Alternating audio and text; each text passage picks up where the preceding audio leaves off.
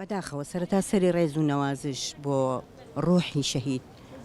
ناگیهان و هەموو ئەو شەهیدانی ڕێگەی ڕزگاری و هەموو ئەوانەی کە بە ناهەق خوێنیان ڕژا لە پێناوی ئازادی لە پێناوی خاکی کوردستانە. بەداخەوە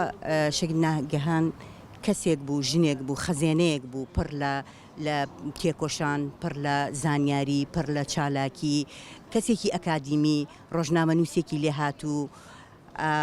ئەرشیڤانێکی بەتوانە لە ڕێگەی کار و چالاکیەکانیەوە. ڕاستە ئەو لە باشووری کوردستان لە شاری سلێمانی وەک کەسێکی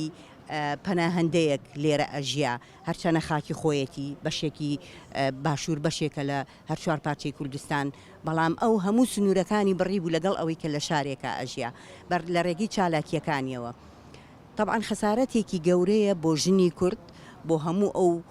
هەوڵ و چالاکیانی کە ئەوەیە، لەبەرەوەی کە هەمیشە خەونی ئەو خەونی گەشە سەندن و پێشخستن و خەباتی بێوچانی ژنان بوو.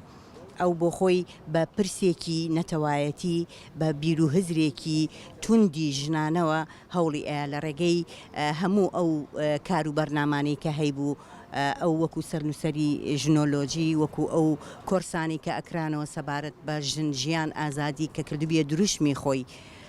بەدڵنیایی تیرۆرکردنی کەسێک ژنێکی هێندە لێ هاتوو بەتوانە بۆ ئەوەیە کە بێدەنگ بکرێن، پێیان وایە خەباتی ژنان لە ڕێگەی ژنە چالاکوانەکانەوە ئەتوانرێ بێدەنگ بکرێت و پێیان وایە کە ژنانی ئازاد، ژنانی سەرکەوت و ژنانی لێ هاتوو و ژنانێکە بەو پەڕیتوانە و بێ هیلاک بوون هەوڵ ئەدەن، هەڵبەت داگیرکە لەو ژنانە ئەترسن، لە ژنانی ئازا ئەترسن، بەڵام ڕێگەکەیان بەردەوامە و هەمیشە لە یادمانە و ئێمە دڵنیاین کە ئازادی لەسەر دەستی ژنانە هەڵدێت.